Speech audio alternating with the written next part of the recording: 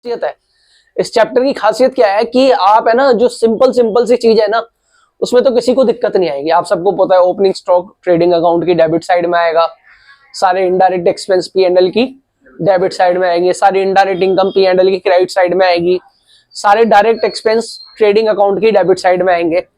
अब जो बच्चा दिक्कत खा जाता है ना वो एडजस्टमेंट में खा जाता है।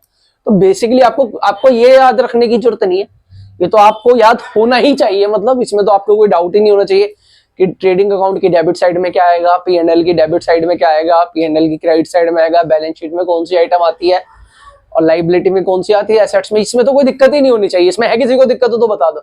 अब ध्यान क्या रखना है, adjustment, prepaid, outstanding, accrued, depreciation, closing stock, manager commission, drawings के इंटरेस्ट ऑन कैपिटल, आपको ये 10-15 जो ये आपके होंगे ना एडजस्टमेंट, इन पे ध्यान रखना है। और खासकर इंप्लाइड एडजस्टमेंट को जरूर दिमाग में रखना है।